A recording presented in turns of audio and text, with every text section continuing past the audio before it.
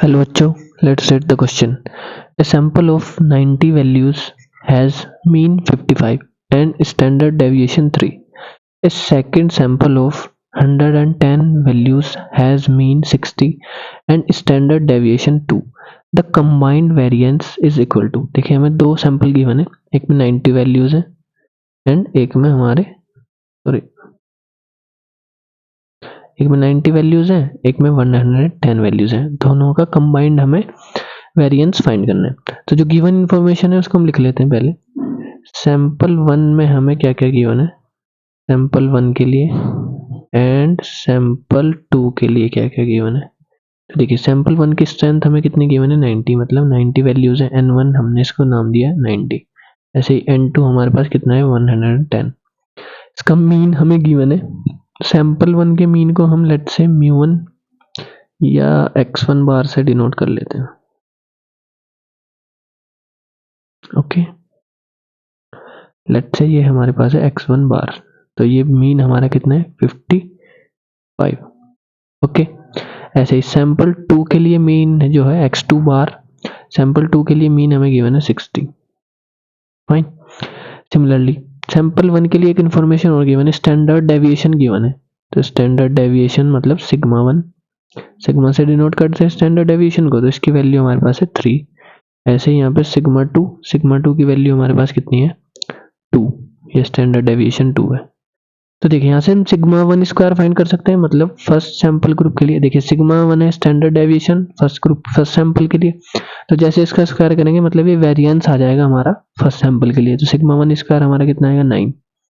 ऐसे ही सिग्मा 2 का स्क्वायर मतलब सेकंड सैंपल के लिए वेरिएंस हमारा कितना आएगा, 4। बट हमें चाहिए कंबाइंड वेरिएंस। तो कंबाइंड वेरिएंस के लिए सबसे पहले हम फाइंड करते हैं कंबाइंड मीन।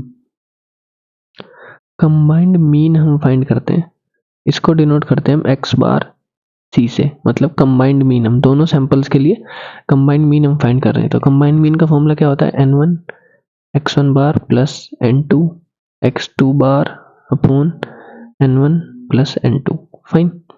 देखिए n1 हमारा फर्स्ट सैंपल की स्ट्रेंथ है 90 इंटू उसके लिए हमारा मीन कितना है 55, प्लस n2 हमारा सेकंड सैंपल है, स्ट्रेंथ है 101, x2 उसका मीन बार है that is 60 divide by 90 plus 100। ये वैल्यू हमारी कितनी आएगी, देखिए 90 इंटू 55 दैट इज ये वैल्यू आएगी 4950, प्लस ये वैल्यू हमारी कितनी आएगी 110 into 60 that is 6600 divide by 90 plus 100 200। देखिए इनको ऐड करने के बाद ये वैल्यू आ जाएगी हमारी 11550 डिवाइड बाई 200। तो डिवाइड करेंगे तो ये वैल्यू हमारी आएगी 57.75। फाइन। ये हमारा कंबाइंड मीन आया बोथ सैंपल्स के लिए। देखिए अब हमें चाहिए कंबाइंड वेरिएंस। तो कंबाइंड वेरिएंस का फॉर्मूला हमारा क्या होता है, कंबाइंड वेरिएंस, लेट्स से इसको हम डिनोट करते हैं सिग्मा स्क्वायर c से। कंबाइंड वेरिएंस हम फाइंड कर रहे हैं। कंबाइंड वेरिएंस का हमारा फॉर्मूला होता है दो सैंपल्स के लिए n1 सिग्मा 1 स्क्वायर मतलब फर्स्ट सैंपल का variance plus d1 square plus n2 sigma 2 square plus d2 square. Second group के लिए सेकंड सैंपल की स्ट्रेंथ इनटू उसका variance plus d2 square upon n1 plus n2। अब देखिए d1 d2 यहाँ पे दो नई टर्म्स आई हैं। तो d1 हमारा यहाँ पे क्या होता है, d1 की वैल्यू हमारी होती है डिफरेंस ऑफ फर्स्ट सैंपल के लिए जो मीन है और कंबाइंड सैंपल का जो मीन है उनका डिफरेंस।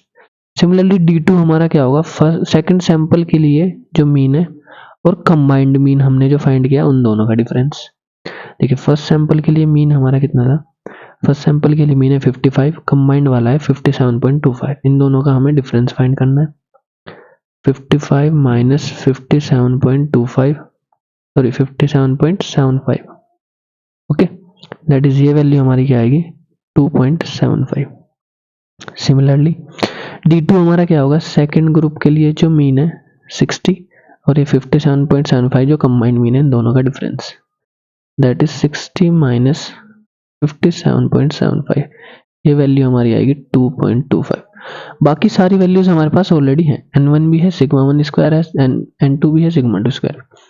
वैल्यूज पुट करेंगे, कंबाइंड वेरिएंस हमारा आएगा n1 that is 90, sigma 1 square हमने फाइंड किया था 9 आया था, प्लस d1 स्क्वायर मतलब 2.75 का स्क्वायर करेंगे, ये वैल्यू हमारी आएगी 7.5625, 2.75 का स्क्वायर, प्लस n2 मतलब सेकेंड सैंपल की स्ट्रेंथ 110, सिग्मा 2 स्क्वायर मतलब सेकेंड सैंपल के लिए जो वेरिएंस है, वेरिएंस था हमारा 4, अब चेक कर सकते हैं एक बार, देखिए सेकेंड सैंपल के लिए वेरिएंस था हमारा 4, ओके।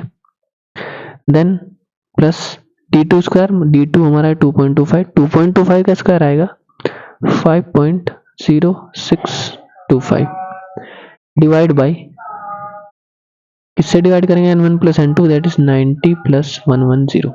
अब देखिए इसको सिंप्लीफाई करेंगे बेसिक कैलकुलेशन से, फाइन 9, ये वैल्यूज कितनी आ जाएगी 16.5625, इसकी मल्टीप्लाई करेंगे 90 से तो ये वैल्यू आएगी 1490.625 प्लस 110 की मल्टीप्लाई किससे करेंगे, ये 4 प्लस 5 9.0625 हो जाएगा, 110 से मल्टीप्लाई करेंगे वैल्यू आएगी 996.875 divide by 200, fine.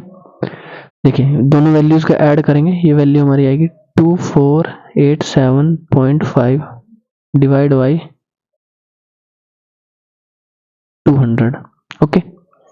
Divide by 200 करेंगे, ये वैल्यू हमारी आएगी 12.4375 समथिंग आएगी, बट हमें क्या बोला गया है कि the combined variance is up to 2 decimal तक हमें वैल्यू लेनी है, तो 2 डेसिमल तक कंबाइंड वेरिएंस जो हमारा होगा सिग्मा सी स्क्वायर 12.43 हमारा फाइनल आंसर होगा। This will be our final answer combined mean. देखिए बेसिक कैलकुलेशन से बस आपको एक फॉर्मूला याद रखना है, ओके, कंबाइंड वेरिएंस के लिए, फाइन, ये फॉर्मूला आप याद रखेंगे हमेशा, एंड d1 d2 कैसे कैलकुलेट करते हैं याद रखेंगे हमेशा। तो combined variance is just basic simple calculations, okay. 12.43 is our final answer, that means option 1 is correct. I hope you understood this solution. Thank you.